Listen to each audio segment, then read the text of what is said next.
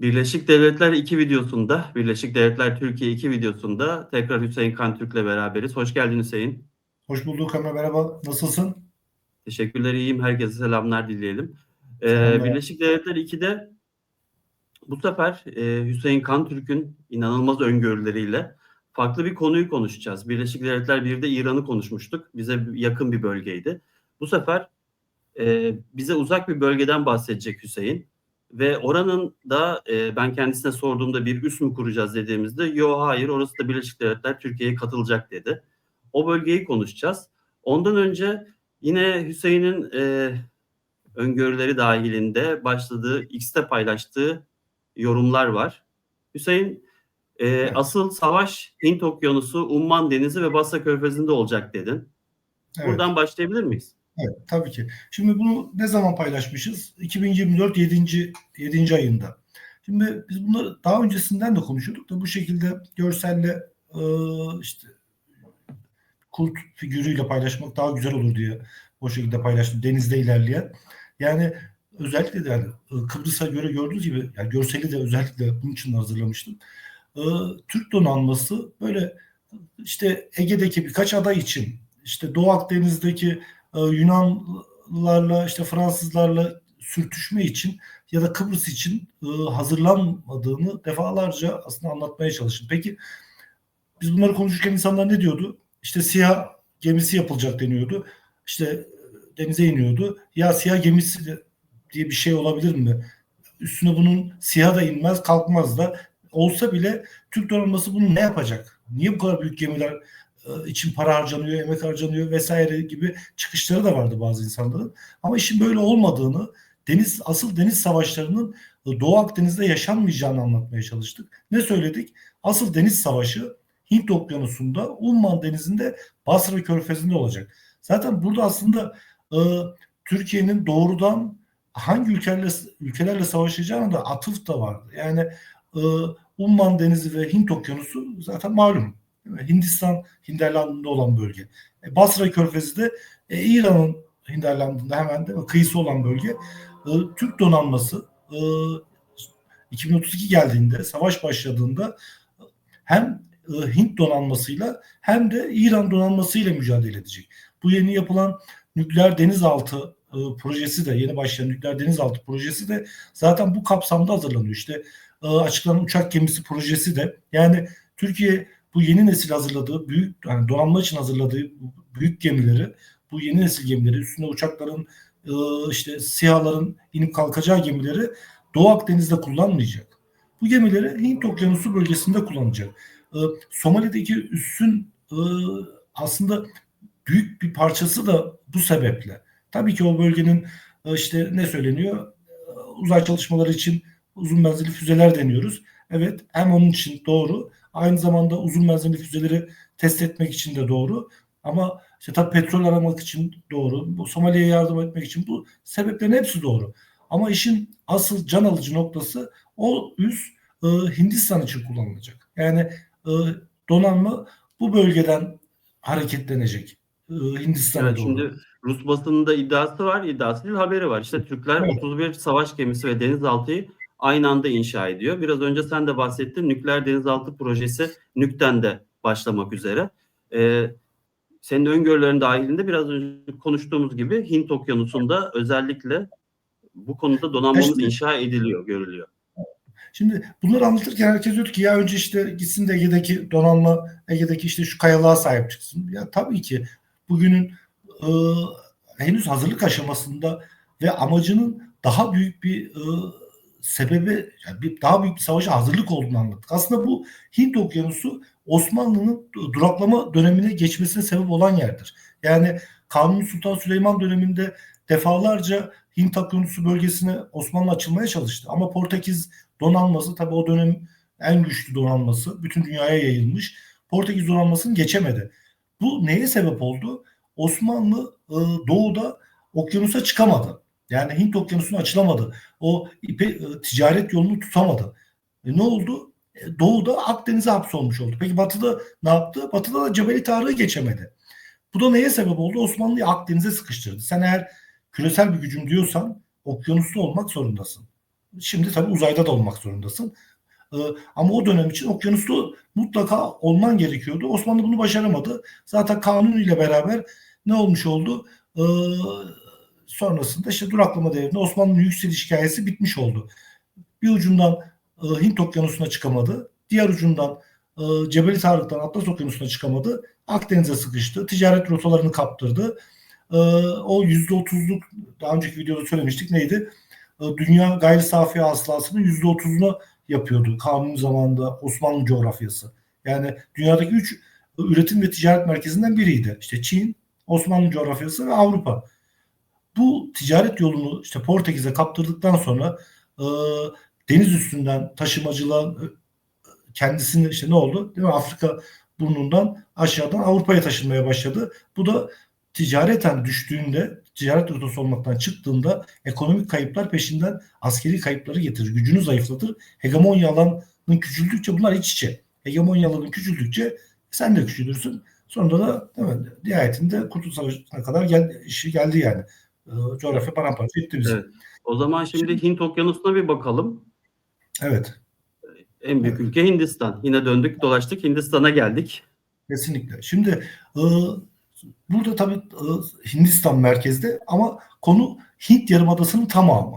Aynı zamanda işte Endonezya, Malezya'nın da dahil olacağı bir havzadan bahsediyoruz. Yani aşağı yukarı 2,5 milyar insanın yaşadığı bir yerden bahsediyoruz. Dünyanın değil mi, 8 desen neredeyse 1/3 nüfusunun 8-9 desen 1/3 nüfusunun yaşadığı bir alandan bahsediyoruz. Yani Bangladeş'in nüfusu koskoca Rusya'nın nüfusundan değil mi yüz ölçümü olarak kıyaslasan yani e, kaçta kaçıdır ama nüfus olarak daha fazladır. Yani şimdi bu bölge bu havza daki savaş şey içindeki yani bu 32'de yaşanacak savaşların içinde en insan sayısı olarak en fazla insanın yer aldığı, en kanlı çatışmaların yaşandığı, en çok vahşetin de yaşandığı bölge olacak. Yani ne Avrupa-Rusya savaşında bu kadar büyük insan kayıpları olacak, vahşet yaşanacak ne de Türkiye-İran savaşında benzer bir şey olacak. Ama bu Hindistan bölgesinde yaşanacak savaş ben hatta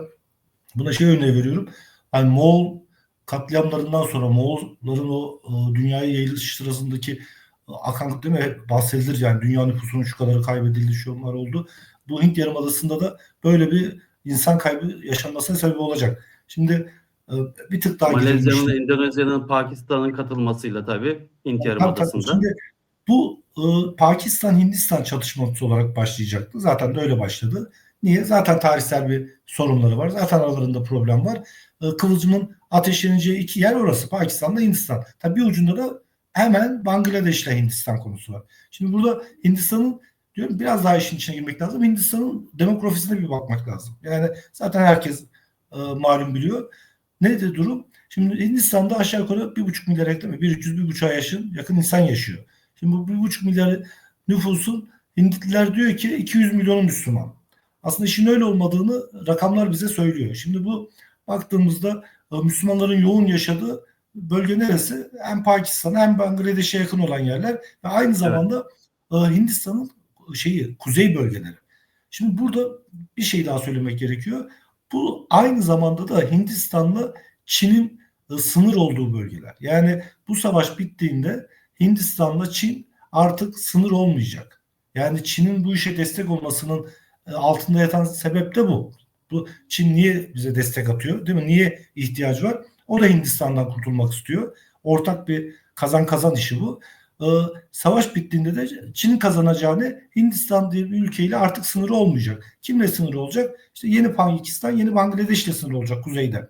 Yani iki tarafta da o bölgeleri Müslümanların yoğun olduğu bölgelerde yeni bir devlet daha çıkacak. Bir ya da iki devlet daha çıkacak. Tabii bizimkiyle beraber 3 diyebiliriz. Oraya daha gelmedik. O zaman Şimdi bu bölgede beklediğin Birleşik Devletler Türkiye'ye katılmasını beklediğin yer Hindistan'ın tamamı değil sanırım. Neresi yok. olabilir? Değil. Hindistan'ın güneyburnu, güneybatı burnu, Karela bölgesi. Yani e, görselden de arkadaşlar görecektir. Ha, eline sağlık. Bu daha güzel. Şimdi Hindistan'ın güney batı burnunda Karela bölgesi var. Şimdi bu Karela aynı zamanda ticaret rotalarından bir tanesidir. Yani Mumbai bir yerse Karela'da diğer bir yerdir. Buraya da Hindistan'ın liman limanlar yapıyor. İşte ticaret, işte o daha sonra konuşacağız. Ticaret rotası için, burası için hazırlıkları var. Peki niye bu bölge için bahsediyorum? Türkiye'nin vilayeti olacak diye. Şimdi bu bölge aşağı yukarı 35-40 milyonluk bir bölge eyalet olarak ve bu eyaletin de %30'u Müslüman. Yani aşağı yukarı işte 12-13 milyonda Müslüman yaşıyor. Tabii ki toplam nüfus içinde hem Karelya'nın nüfusu hem de Müslüman nüfusu çok görülmeyebilir. Şimdi Karelya'nın bir özelliği de sağ tarafı işte hani deniz olan taraf değil de diğer tarafı dağlık bir bölge. Yani Doğal denizle korunma dağ alanı var. arasında korunaklı bir alan gibi. Şimdi e, biraz önce oradan giriyorduk. Neydi? Hindistan'ın içinde bir Hindu Müslüman nüfusu var ve Müslüman nüfusu Hindistan'ın bahsettiği kadar değil. O Müslümanların şeylere bakarsak eğer doğum oranlarına mesela 2014'teki doğum oranlarına bakalım. Bölgesel dağılımına. Nasıl bizim ülkemizde de mi bölgesel dağılım var? Orada da bakılıyor. Müslümanların yaşadığı bölge her zaman Hinduların yaşadığı katı doğum oranları var. 2014'te Müslüman bölgelerinde doğum oranı 4 ise Hinduların bölgesinde 2'ymiş. Bugün tabii orada da bu oranlar bozulmuş. Müslüman bölgelerinde 2,5, Hindu bölgelerinde 1,5'a düşmüş. Yani sürekli bu tarihsel olarak Müslüman nüfusu daha hızlı artıyor Hindu nüfusundan. Bu da bizi şuna getiriyor. Hindular doğruyu söylemiyor. Yani orada 200 milyondan çok daha fazla Müslüman var ve yani benim tahminim 400 milyondan aşağı değildir. Yani 1,5 milyarlık Hindistan'dan bahsediyorsak bunun 400 milyonu Müslüman nüfus. Şimdi Yani burada bu bahsettiğin Kerala bölgesi Somali'deki bir üs olmayacak. Savaştan değil. sonra Evet. Birleşik Devletler Türkiye'ye katılacak. Evet. Şimdi oranın esprisi şu. Şimdi tabii ki orada Hindularla Müslümanlar sonuçta tam Müslümanların yoğun olduğu bölgeler olsa bile nasıl ki Kerala'da işte 35-40 milyon var, işte 12-13 milyonu Müslümansa iç bölgelerinde Müslümanların daha az yaşadığı, Orta Hindistan bölgelerinde, diğer bölgelerde e, daha az yaşadığı, daha güneye doğru olan bölgeler için de söyleyelim.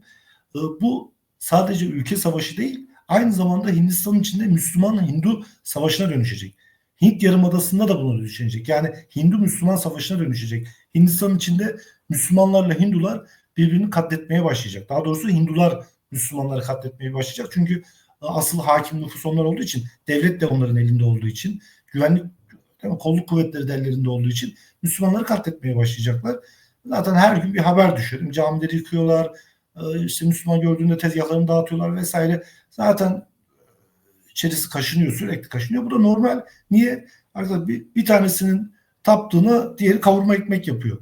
Yani Evet. biri ineğe Evet. tapıyor, onu tanrı diyor. Öbürü de onu taptığını ekmek arası kavurma yapıyor. Yiyor. Şimdi bu insanların zaten şey olarak bir arada yaşaması mümkün olmayan iki inanca sahip grup yaşıyor burada.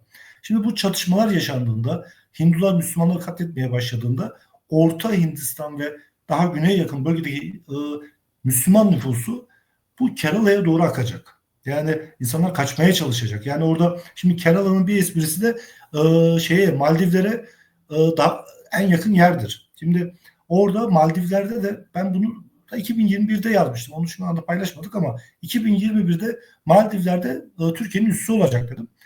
İşte insanlar böyle bir gülüştük, eğlendik o sırada. Şakalaştık birbirimize ama sonra gördük ki gitti Maldivler son başkan için söylüyorum. Tarihinde ilk defa başkan seçildikten sonra ilk ziyareti Hindistan'a değil Ankara'ya yaptı.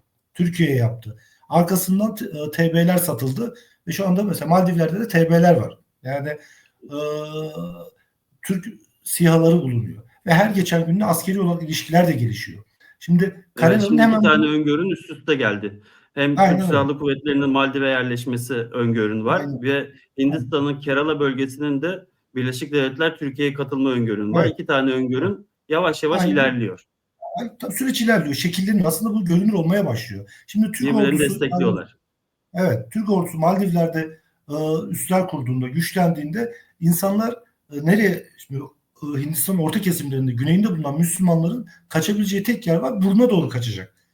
İnsanlar hani o katliamdan kaçmak için kurtulacak neresi var? İşte güneyde hemen de altında Türkler var.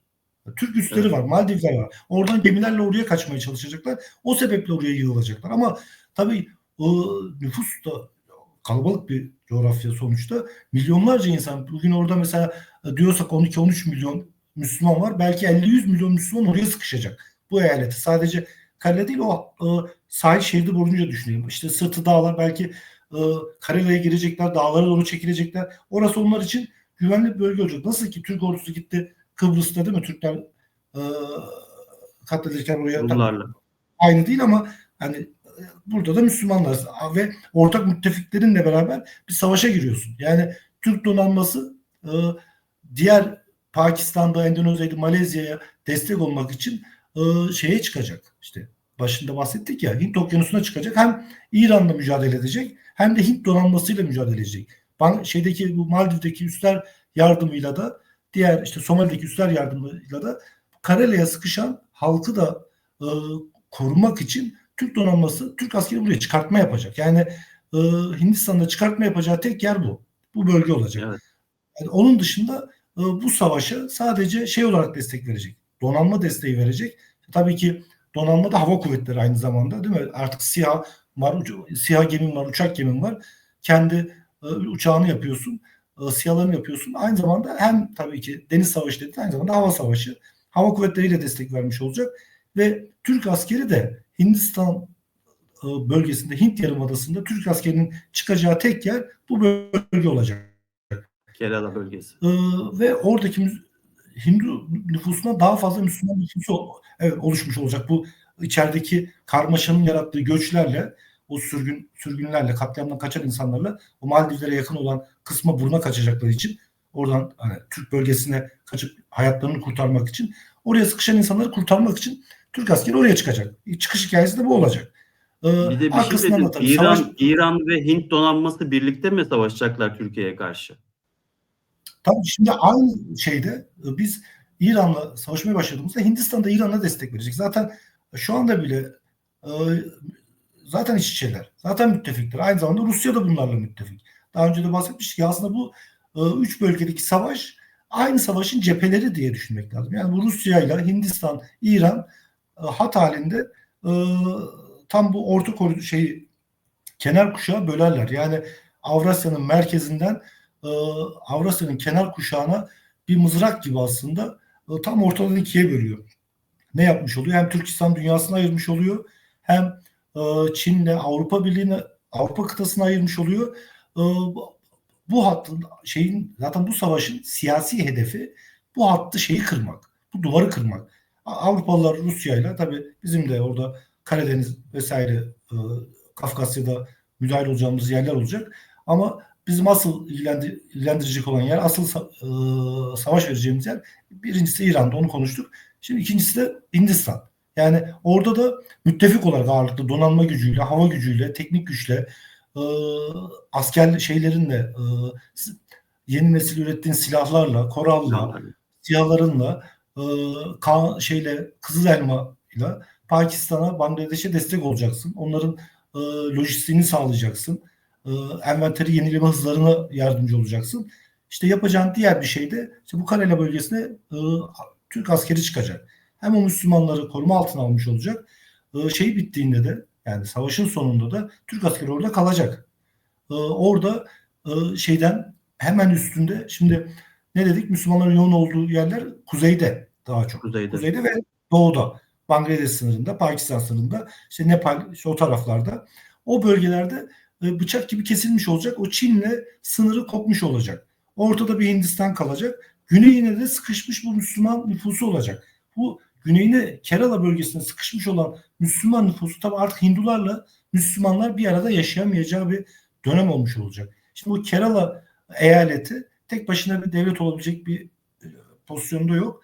Orası daha ilerleyen, yani savaşın arkasından Türk ordusu oraya yerleştiğinde burası kendi istekleriyle de, öyle zoraki değil, referandumlarla bu bölgede yaşayan insanlar Türkiye'nin, Birleşik Türkiye Devletleri'nin bir parçası olmayı kendileri isteyecek.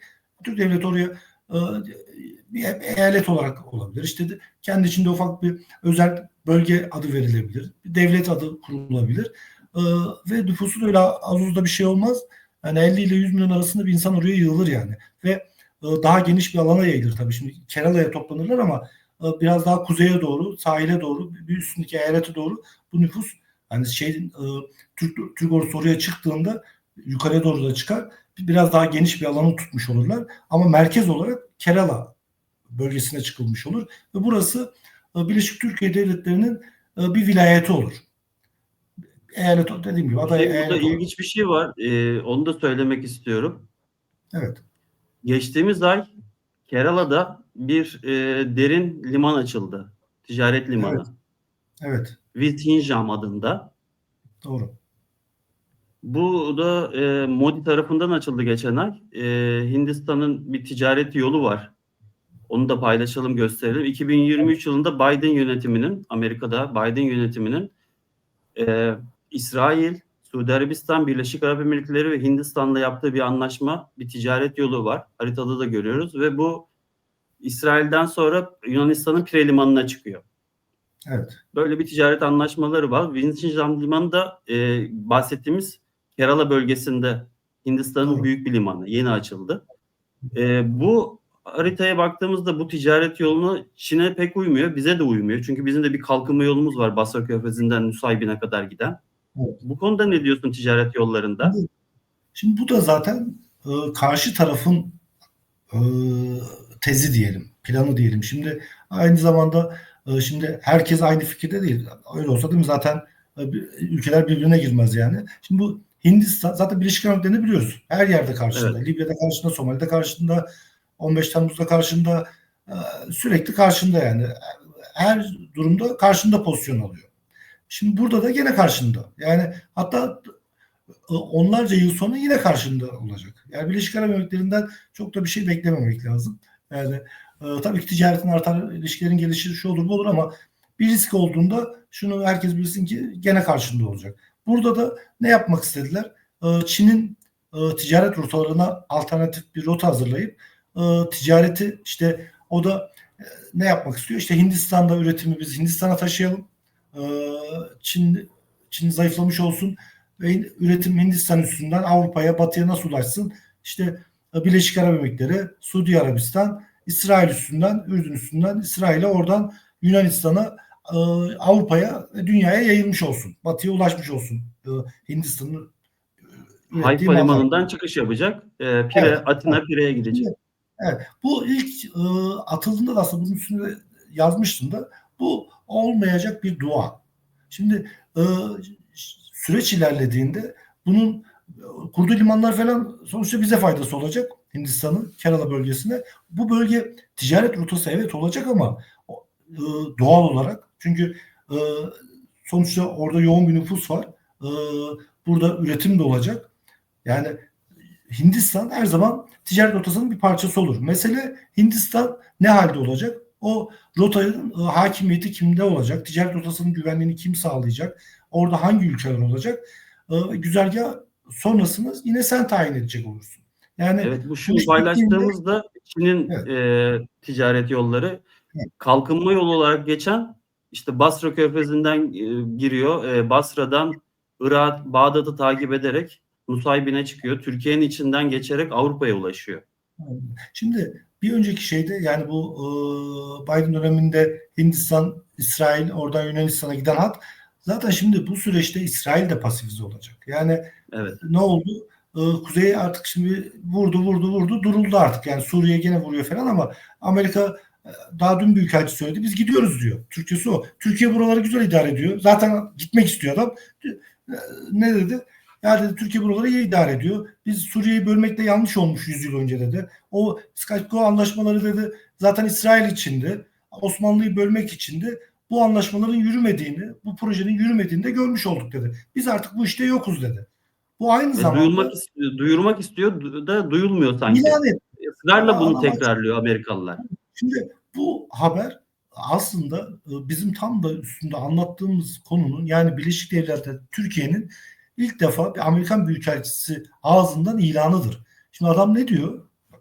İyi anlamak lazım. Diyor ki 100 yıl önce Osmanlı'yı biz cetvelle çizdik, böldük Suriye'yi. Şimdi Suriye özelinde konuşuyor ama sen sadece Suriye'yi bölmedin ki.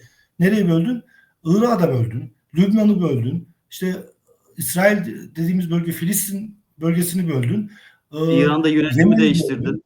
İran'da bravo. İran'da yönetimi değiştirdin. Orada yönetimi Farslara verdin. Hindistan'da ne yaptın? Babür Devleti'ni yıktın, yönetimi Hindulara verdin. Orada Türk Müslüman nüfusu yönetiyordu orayı. Sen döndün, Hindulara verdin yönetimi ve bunun aslında tamamı aynı plan. Kuzey Afrika'yı cetvellerle çizdin. Orada Evet. kendine bölgeler oluşturdun ve sonunda 100 yıl sonra çıktın geldin dedin ki ya arkadaş kusura bakmayın bu olmadı. Biz bunu olduramadık ve sürdüremiyoruz. Biz bunu devam ettiremiyoruz. Türkiye'de buraya zaten bu bölgeyi tarihi boyunca hep yönetti. İyi de yönetiyor. Şu anda da iyi yönetiyor. Biz gidiyoruz diyor. Ya buradan anlayacağın ne? Yani derler ya lafın tamamı aptala söylenir diye. Herkes çok özür diliyorum Evet, evet, herkesten. evet, evet. Ama şimdi bu da bir hakikat yani adamdan daha ne duymak istiyorsun? Bizim gibi video mu çeksin YouTube'da? Hangi bölgeler Birleşik Devletler Türkiye'nin parçası olacak diye tane tane anlatsın mı? Yok Yani tabii. sanki biz ülke içinde bile duymuyoruz. Amerika Tabii Birleşik bilmiyorum. Devletleri'nin bu temsilcisinin Tabii. elçinin Şimdi buna da açıklamaları, hemen aynı zamanda Suriye elçisi. tabii. Şimdi buna da hemen kulp takıyor. Diyor ki ya işte bize tuzağı mı çekiyor? Tuzağı çekmiyor. Adam gidiyor. Şimdi bunu anlamak lazım. İnsanlar bunu anlaması lazım. Amerika Birleşik Devletleri artık dünyanın tek hegemon gücü olmadığını farkında. Adam kendisi söylüyor. Bizimkiler diyor ki abi yok sen kralsın. Öyle deme. Senin Öyle kesin gizli dememişsindir. öyle misindir? Senin kesin gizli bir planın vardır da bize söylemiyorsundur. Tadında alıyor insanlar da yok gizli bir plan yok. Durum ortada. Hegemon gücünü kaybetti. Durursa ezilerek gitmek zorunda kalacak. O üsleri kendi gönül rızasıyla çekmezse yarın oradaki askerlerini kaybedecek. E, Ezilerek çekilmek zorunda kalacak. Kendisi açısından son derece makul de bir şey yapıyor ama orası ayrı bir hikaye. Onu başka bir videoda Amerikan Tabii, durumunu tabii, anlatacağız. tabii. Şimdi biz onun tarafına bakalım. Bunu da gene 2024'ün Ocak ayında yazdım. Yani insanlar bunların yanından bile geçmiyordu. Yani benim bu yazdıklarımın, bu anlattıklarımın kenarından bile geçmiyordu. Başka gündemler konuşuyorlardı. Şimdi ne dedik o zaman? Çin Pakistan için her şeyi yapar. Şimdi ne oldu? Savaşta en iyi uçaklarını Pakistan'a vermiş. Değil mi? Avrupa'nın, Rusya'nın uçaklarını ağaçtan elma Rafael'leri düşürdü gördük. gibi düşürdü. Yani tek bir hava savaşında 5 tane uçağını indirdi. Savaş biraz daha sürse belki hava kuvvetlerini kıracaktı. Yani Hindistan uçakları çekmiş hemen. Şimdi sadece Pakistan'da değil mevzu. Çin için Türk İslam dünyasıyla olan ilişkileri varlık yokluk meselesi. Şimdi bunu çok abartılı bulabilir insanlar ama öyle değil. Şimdi bu düzenin yıkılması değil mi, Çin için hayati bir durum. Yani Hindistan bir ucu Çin'i hilal olarak çeviriyorlar. Hindistan'dan başlıyor aşağıdan diğer e, ada ülkeleriyle arkasından Avustralya, Japonya, Güney Kore diye etrafını hilal şeklinde çevirdi Amerika. Şimdi bu hilali kırması gerekiyor şeyin. Çin'in bu hilali kırması gerekiyor. Bu hilali kimle kıracak? Hadi Japonlara gelin beraber kıralım dese değil mi? Japonlarla bunu olacak yapabileceği bir şey yok. Aşağı Güney Kore ile yapabileceği bir şey yok. Avustralya ile ittifak kurup bu hilali kırabilecek durumu yok. Yani Avrupa'ya kadar Türk ve Müslümanlarla yürümek zorunda. Aynen öyle. Bu şeyden Çin'in çıkmasının tek yolu yani varlığını devam ettirebilmesi. Şimdi o cendereden çıkamazsan sonunda içine boğarlar seni.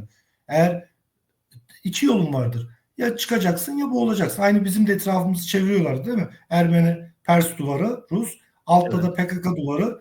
Sol tarafta da Yunan duvarı Ege Denizi'ne. Seni o Anadolu'ya hapset boğ. Çin'e de aynısını yapacaklardı. Çin de ne yaptı? Tabii tek başına değil bu. Küreselci aklıyla beraber zamanla Avrupa Birliği de entegre oluyor buna ve Türk İslam dünyasıyla bu duvarı, bu kuşatılmışlık en zayıf halkasından kıracak. Bizimle beraber bu kazan kazan işi. Neresi o en zayıf halka? Hindistan. Niye en zayıf halka? Ülkenin içi zaten ne dedik? Birinin taptığını biri yiyor. Değil mi? Evet, Yani şimdi evet. daha Türkçesi bu. Burası yumuşak karnı en has şey olan yer. Güçlü. Yani ülke tamamen yumuşak karın. Her yerde çatışma çıkartabilirsin. Etrafında dengeli de bir şey var. Toplam 100 Hindu varsa 100-200 de Müslüman vardır. Aynı zamanda bir de yanlarında Türkiye var. Ee, bu güç, bu güçle beraber Hindistan'ı çok rahat şeyden çıkartacaklar. Bu hattan bu zincir kırılmış olacak. Yani Çin'in etrafındaki zincir aynı zamanda bizim etrafımızdaki zincir de kırılmış olacak. Yani ne dedik? Osmanlı'nın en güçlü olduğu zaman neydi? Kanuni zamanı. Kanuni zamanında Osmanlı'nın en güçlü olduğu yerde Hindistan'da da Türk devleti vardı. Arkan sağlamdaydı. Yani insan kaynağı olarak, ticaret olarak e, ilişkilerin güçlüydü. Daha bu sana da güç veriyordu. Şimdi o bölgede Hindistan düştüğü zaman yani tabii Hinduların yok olacak hali yok. Orta Hindistan'da doğu tarafında işte batı e, yine bir Hindistan devleti olacak. Ama hem kuzeyinde yeni devletler çıkmış olacak hem de güney burnunu Türkiye'nin olmuş olacak. Türk vilayeti olmuş olacak. Maldivler hani Maldivler için şey değilim yani Türk vilayeti olarak olmaz ama oradaki Türk ordusunun gücü, Türk hegemonyasının gücü yani Lojistik bir destek tamamen sağlayacak ada olarak. tabii, tabii. Yani o ada olarak orası artık Türkiye'nin bir işte İngiltere'nin nasıl hakim olduğu, hegemon olduğu adalar var. Maldivler'de öyle bir hale gelecek. Ama asıl kritik olan Türkiye için o bölge artık doğrudan Birleşik Türk Devletleri'nin bir parçası olacak. Bu da aslında e, bir kırılma, şöyle bir kırılma. 1580, şimdi benim bu kendi takvimimde hep vurgusunu yaparım. Ne derim? 1580'de başlayan düşüş 2020'de dibe ulaştı. 2020'de tarihsel olarak söyleyeyim. Dipten dönüş 2032'ye kadar sürecek. 2032'den sonra da yeni bir yükselme çağı başlayacak Türkiye için. İşte Birleşik Devletlere dönüşecek ve büyüme çağı başlayacak. Yükseliş çağı başlayacak. Şimdi yükseliş çağı nerede bitti? Aslında burada bitti. Hint Yarımadası'nda Evet, bitti. aynı yerde başlıyor.